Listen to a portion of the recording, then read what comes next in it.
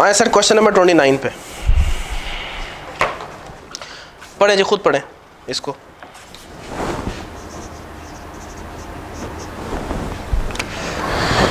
जी IRR के ज़रिए से आपने ये एडवाइस करना है कि क्या ये नया प्लांट लगाया जाए या ना लगाया जाए।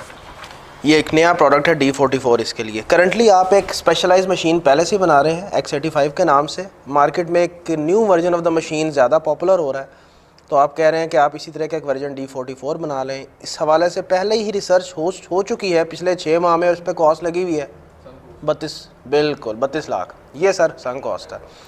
बहरहाल इसमें आप क्या कह रहे हो कि आपने इन्वेस्टमेंट क्या करनी है। इनिशियल इन्वेस्टमेंट एक नए प्लांट के लिए आप करोगे D44 बनाने के लिए 450 मिलियन है, और ये D44 जो बनेगा हर साल कितने यूनिट्स बेच पाओगे वो बता दिया है। और ये X85 लेटेस्ट ईयर में, यानी कि जो प्रोडक्ट तुम पहले बना रहे हो, लेटेस्ट ईयर में तुमने 30,000 यूनिट्स बनाए थे, और ये एस्टिमेट किया जा रहा है कि जब D44 इंट्रोड्यूस करोगे तो इसकी सेल हर साल 2000 यूनिट्स पर ईयर ड्रॉप होगी। इसका क्या अपॉर्चुनिटी कॉस्ट यानी बेनिफिट फोरगॉन। और बेनिफिट फोरगॉन क्या है, इतने यूनिट्स जितने यूनिट्स से हम हमारी सेल्स ड्रॉप होंगी उतना से कंट्रीब्यूशन फोरगो हो जाएगा। और उसने आगे चल के देखे तो डिटेल भी दी हुई है कि ये जो हमारा प्रोडक्ट है, हाँ बिल्कुल, कहता है सबसे पहले जो D44 जो तुम बनाने जा रहे हो पहले साल में इसकी प्राइस और उसकी वेरिएबल कॉस्ट, और ये जो X85 जो है जो अभी प्रोडक्ट बन रहा है करंटली, उसका कंट्रीब्यूशन मार्जिन कितना है वो ईयर 1 में बता दिए 5500। अच्छा फिक्स कॉस्ट भी बताइए उसने ईयर 1 में 45 है। However if new plant is installed ये खर्चा बढ़ के कहाँ पे चला जाएगा 75। ये कल बात हो रही थी इस पर। स्पेसिफिकली एट्रीब्यूटेबल कितना है 30। ये बिल्कुल वही सिचुएशन होगी कि भाई एक पूरी बिल्डिंग होगी, इस बिल्डिंग में ही क्या बन रहा था X85, इसके अंदर ही तो बनाने चले हो क्या D44, इसके अंदर ही प्लान इंस्टॉल करने जा रहे हो। तो ओवरऑल तुम्हारी इस प्रेमिसेस का खर्चा नॉर्मली जो आ रहा था वो हर साल 45 मिलियन था, लेकिन इस मशीनरी को इंस्टॉल करने की वजह से इसका खर्चा on as a whole in totality वो 75 होने लगा। So 30 million is incremental cost specifically attributable fixed cost for year 1। ठीक है, और उसके बाद वो कहता है impact of inflation on selling price, variable cost and fixed cost would be 10% for both machines. And ये बोथ की बात ये कर रहा है कि ये जो दोनों मशीन्स लगी हुई हैं, वो मशीन जो कि ये दोनों मशीन्स ही है ना, X85 भी स्पेशलाइज्ड मशीन है, D44 भी, तो दोनों के ऊपर क्योंकि कंट्रीब्यूशन भी तो हमारा फोरगो हो रहा है, उसको भी तो इन्फ्लेट करना ना, तो जाहिर है वो सेल्स और वेरिएबल कॉस्ट उसकी भी बात कर रहा है X85 की। In other words he is talking about the contribution of X85 कि वो भी इसी इन्फ्लेशन से हिट होगी, और वो क्या है 10%। So sale price, variable cost and fix cost and contribution margin of the existing product, ये सब 10% के इन्फ्लेशन से इफेक्ट होंगी। बाकी मेरा ख्याल मामला सिंपल सा है, ठीक है ना, टैक्स के मामला हैं दीगर हैं। तो कितना होराइजन है जी,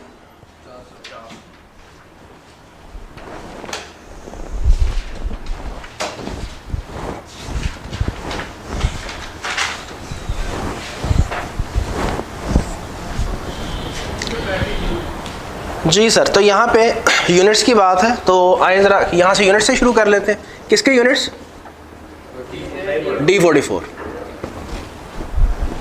20, 25, 27, 29, 20,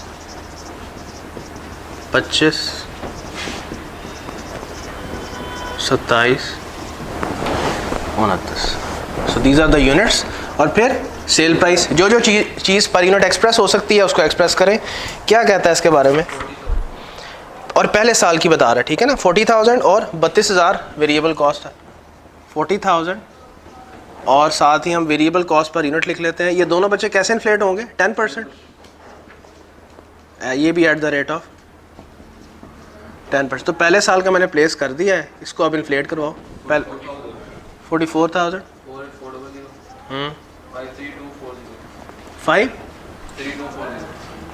53240 वेरिएबल कॉस्ट को करवाओ 38720 4259। ठीक है जी, लेट्स क्लोज इट आउट। ये बन गया सर आपका contribution per unit of D44 and let's call it B, ये A है, तो will then multiply this both of these items, ताकि हमारे पास कंट्रीब्यूशन आ जाए। तो मैं इसको रुपीज़ इन थाउजेंड्स कर लूँगा। अभी फ़िलहाल कंट्रीब्यूशन पर यूनिट निकालते हैं 8000। नेक्स्ट जी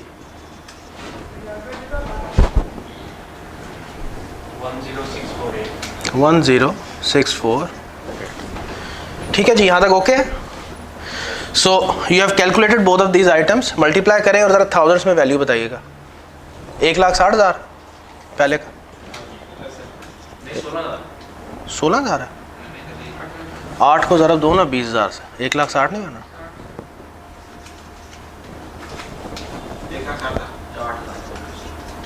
2,20,000।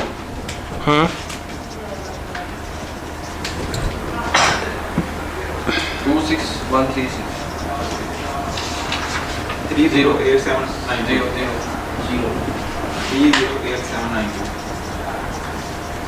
ओके चलें।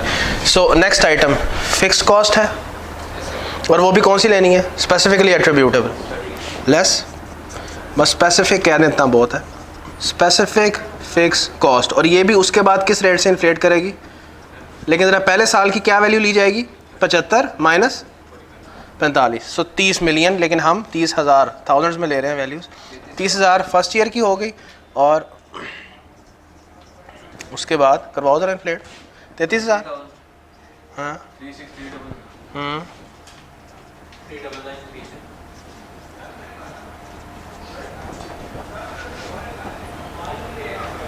39930 जी। और इसके अलावा कौन सी आइटम है? कोई ऑपरेशनल आइटम और तो नहीं है?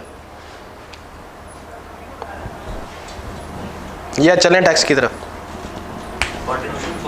बिल्कुल, contribution foregone less contribution foregone किसका सर? एक्स 85 का।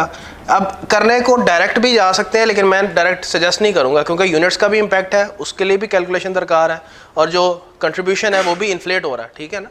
सो it's better to go for working number 1 पे चलते हैं जी। सर पहले तो ये देखो कि अगर X85 के यूनिट्स अगर एज इज बेसिस पे चलते तो क्या मामला होता है? ये देखो 4 साल ओके। अगर इसी तरह से मामला चलता रहता X85 का, तो हर साल यूनिट्स कितने कितने बिकने थे? अभी बिल्कुल रिसेंट ईयर में कितने यूनिट्स बेच के आए हो X85? 20,000 30,000 ओके, बिल्कुल सही है 30,000। तो अगर उसने कोई इंडिकेशन तो नहीं दी मुझे कि अगर ऐसे ही चलता रहता तो क्या मामला, तो आई कैन सेफली अज्यूम कि हर साल 30,000 होते, वरना अदरवाइज वो मेंशन करता कि भाई वैसे यूनिट्स फिर क्या एक्सपेक्टेड है, ठीक है। लेकिन अब इस इंट्रोडक्शन की वजह से units of X85 due to intro of D44, वो अब यूनिट्स कितने कितने होंगे? अब ये हर साल 2,000 से रिड्यूस होंगे, यानी 28,000 पहले साल में, फिर ये रिड्यूस होंगे 26,000, फिर रिड्यूस होंगे 24,000, फिर 22,000। यही कह रहा ना, हर साल there is a reduction of 2,000 in the units. ये स्टेटमेंट पढ़ के ज़रा गौर करें, ये क्या फरमा रहा है? ड्यू टू इंट्रोडक्शन आपकी जो सेल्स हैं किसकी? X85 की, ये रिड्यूस होंगी by 2,000 units per annum each year.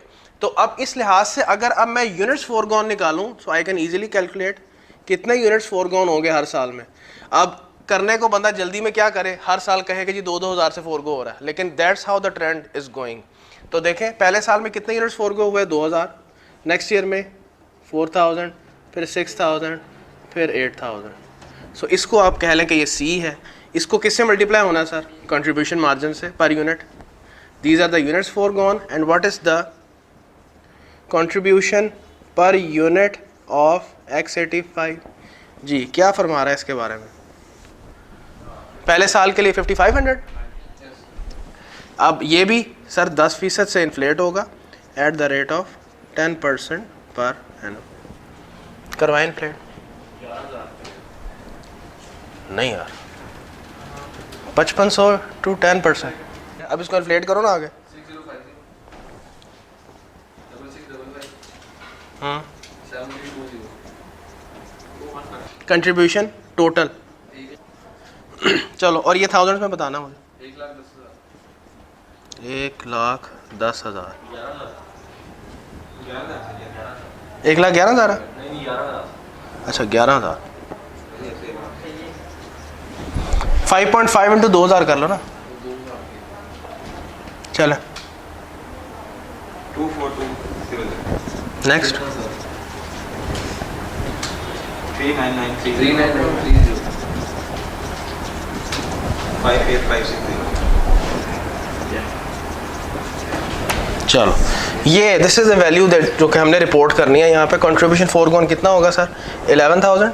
और जाहिर है ये हमारा contribution forgone, it's the benefit forgone, it's a cost, negative report होगा। 24,200 39,930 58,560। चले, और तो कोई ऑपरेशनल आइटम नहीं बची मेरा ख्याल है, और कुछ नहीं है। So let's close it out. ये हमारे पास क्या आ गया सर? सारे ऑपरेशनल कैश फ्लोज आ गए हैं, लेकिन अभी टैक्स अकाउंट फॉर नहीं हुआ।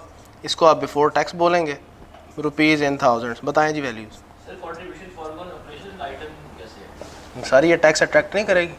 इतना कंट्रीब्यूशन अगर मैं नहीं अर्न करूंगा, अगर होता कंट्रीब्यूशन अर्न हो जाता तो उस पर टैक्स आना था। अगर कंट्रीब्यूशन फोरगो हो गया तो उस पर टैक्स सेव हो गया। तो क्या इस मेरी प्रोडक्ट्स पे कंट्रीब्यूशन आता तो उस पर टैक्स का इम्पैक्ट नहीं आता?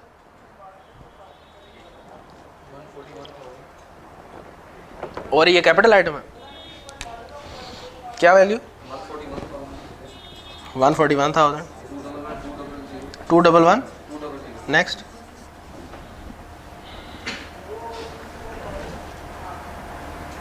26499 यार ये दोबारा देखना जरा। ये पता सारे नहीं ये पहली 11119 है।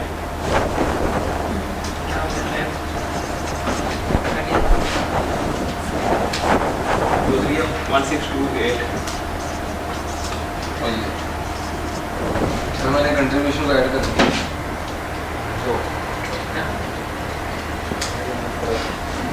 ACF 1851300 next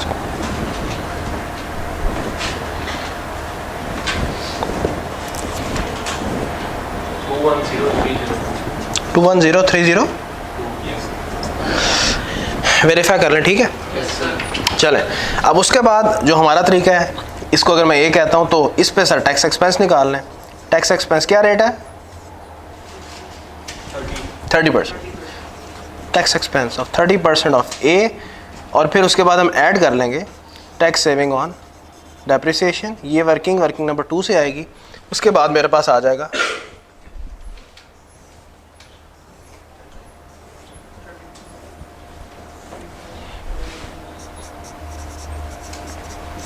net operational cash flows after tax. फिर मेरे पास कैपिटल कॉस्ट और डिस्पोजल वैल्यू आ जाएगी, और फिर उसके बाद साथ ही वर्किंग कैपिटल भी है।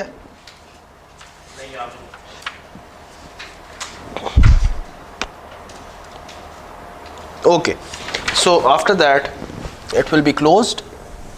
अगर होता तो यहीं पे वर्किंग कैपिटल आ रहा होता। फिर नेट कैश फ्लोज बताएं जी। 30% टैक्स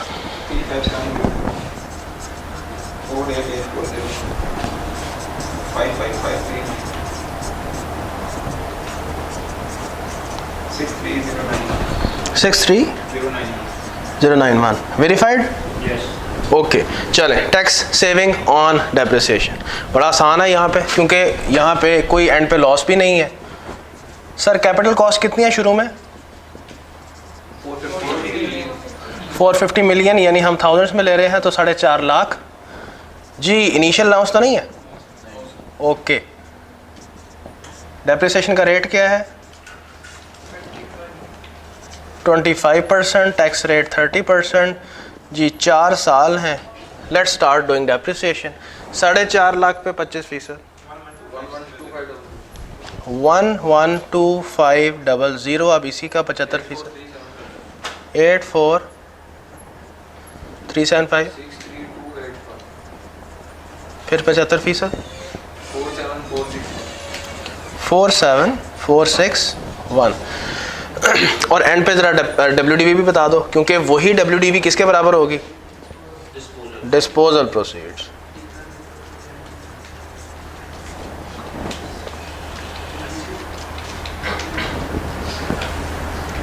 वन फोर 142 383 383 और यही सर आपकी डिस्पोजल प्रोसीड्स भी है। There is no loss on gain और gain on disposal at the and.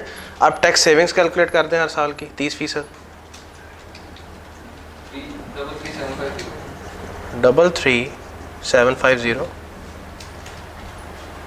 25310 next 18984 18984 14238 okay चले let's place in the main structure.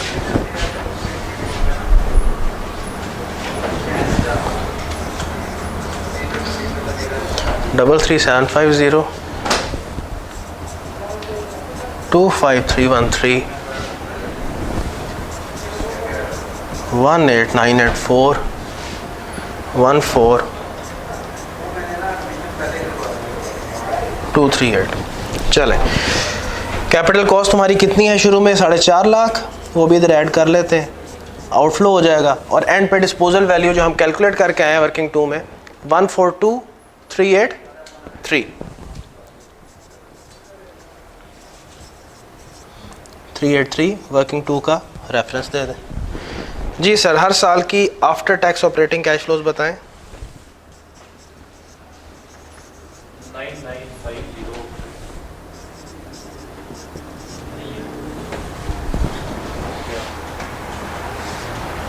117 होना चाहिए समथिंग के। 139273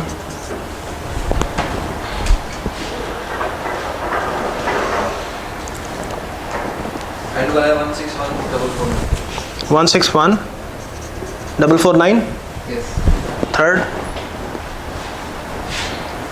148,575 वेरीफाई कर लें, ठीक है वैल्यूज। चलें, तो इसी को मैं कैरी डाउन करने लगा हूँ। 117,050 139 273 148,575। लास्ट वाली क्या है? टोटल वैल्यू 303 ओके नहीं, हाँ ठीक है 303832 ओके।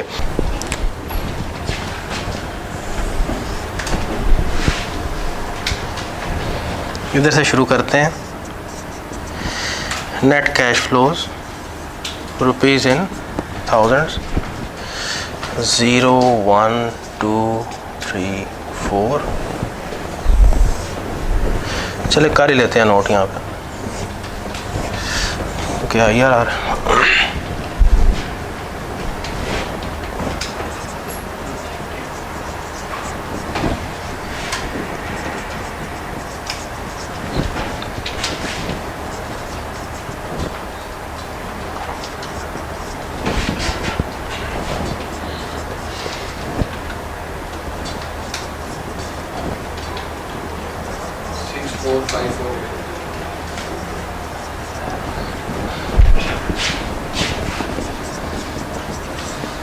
अगर आप 12% डिस्काउंट फैक्टर लेते हैं उस पर एनपीवी कितना बना?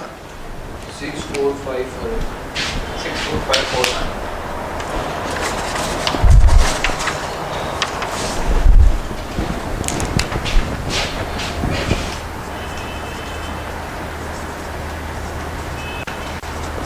पॉजिटिव, ठीक है। तो अब अगला मुझे डिस्काउंट रेट कौन सा चाहिए? जो नेगेटिव जनरेट करे, ठीक है। सो बड़ा चाहिए, 20% ले लेते हैं। इसके ऊपर क्या है ये आप बताएं। मैं फॉर एग्जांपल 20% करने लगा। भाई ये वेरीफाई कर लें, यही है ना सबका 64? बस ठीक, ओके। 20% पे बताएं क्या है।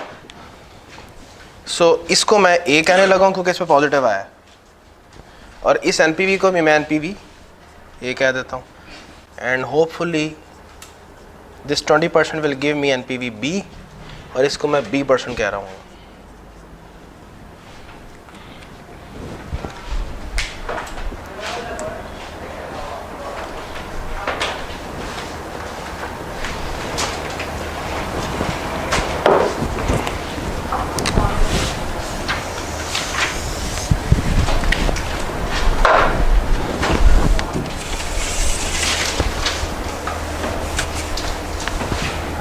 सो मर्जी थी, आप 10% से भी शुरू कर सकते थे, कोई हमारे पे पाबंदी थोड़ी है, आपने कॉस्ट ऑफ कैपिटल ही उठाना है। ये कॉस्ट ऑफ कैपिटल इसने क्यों दिया है यहाँ पे? वैसे पूछ रहा हूँ आपसे, हमने तो IRR निकालना ना, कॉस्ट ऑफ कैपिटल क्यों दिया है? बहुत अच्छे बेटे, किस चीज़ की ज़रूरत नहीं है करने के लिए दिया उसने। अगर डिस्काउंट फैक्टर नहीं लगाएंगे तो एनपीवी कैसे? सर? IRR में तो कोई से 2 रेट्स होते हैं और मैं IRR निकाल लेता हूँ। सर IRR को किससे कंपेयर किया जाता है और फाइनलाइज करते हैं कि प्रोजेक्ट अच्छा है कि नहीं अच्छा? कॉस्ट ऑफ कैपिटल इस मकसद के लिए दिया हुआ है यहाँ पे उसने। आप देखोगे इस प्रोजेक्ट में जो पैसा लगा रहे हो उसकी कॉस्ट क्या है? 12%। ये प्रोजेक्ट अगर 12% से कम रिटर्न देगा जो कि IRR है तो मैं इसको एक्सेप्ट नहीं करूँगा, और अगर 12% से ज़्यादा रिटर्न दे रहा है ये प्रोजेक्ट तो मैं एक्सेप्ट कर लूँगा। इस मकसद के लिए दिया।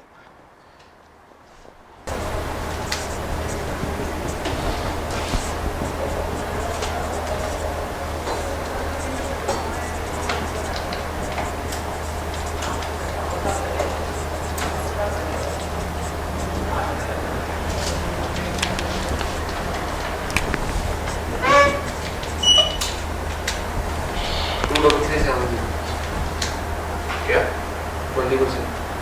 23370 नेगेटिव 24417 है 244 17। बाकियों का 23370 ठीक है, वो राउंडिंग ऑफ का फ़र्क होगा। 23370 बाकी भी कर लें कैलकुलेट।